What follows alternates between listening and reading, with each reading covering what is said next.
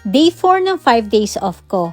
Hi guys! Joy morning! Ang bilis ng araw. 4 days na akong day off and 1 more day to go na lang, back to work na naman. Kaya kailangan sulitin at dapat productive ang araw ko para di masayang. Tamang-tama ang ganda ng araw ngayon at kailangan magawa ko ang mga dapat kong gawin. Pagkabangon ko, dumiretso na muna ako sa bedroom ni Kent na masarap pa ang tulog at mukhang late na babangon.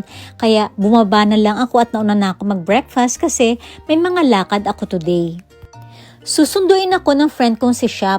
Business niya ang mag-buy and sell ng mga sasakyan at may ipapakita daw siya sa akin para may idea ako sa mga prices ng mga second hand ng mga sasakyan. Kasi nga guys, may plano akong bumili pero pag-iipunan ko muna. And pupunta din kami ng Nitori at saka Costco ngayon.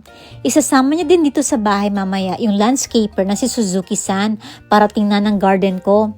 Habang nag-aantay ako, pinalitan ko muna ng water ang mga hydroponic plants ko.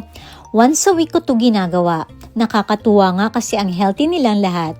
Pagkatapos ma-check ni Suzuki-san ang garden ko, nagpunta kami dito sa shop and garden niya at pinakita niya sa akin ang mga pwedeng gawin sa garden ko para mas malinis at maayos tingnan.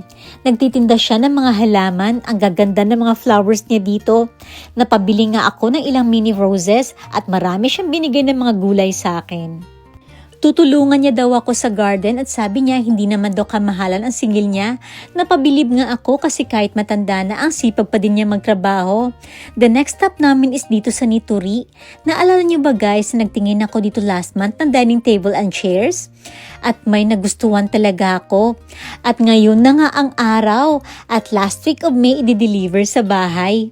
Thank you Lord kasi unti-unti nabibili ko ang mga gusto ko na gamit sa bahay. Next ko na pag-iipunan is yung sofa naman. May nagustuhan nga ako dito kaso medyo may kamahalan.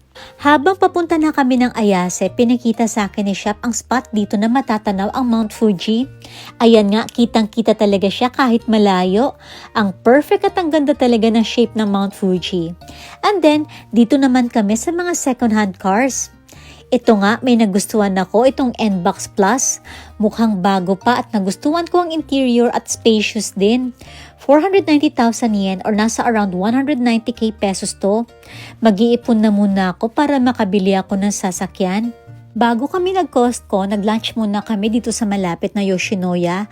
Matagal na din kasi ako hindi nakakain sa Yoshinoya at super nabusog ako at parang ang bigat tuloy ng katawan ko sa kabusugan. After namin mag-lunch, dumiretso na kami agad ng Costco Zama.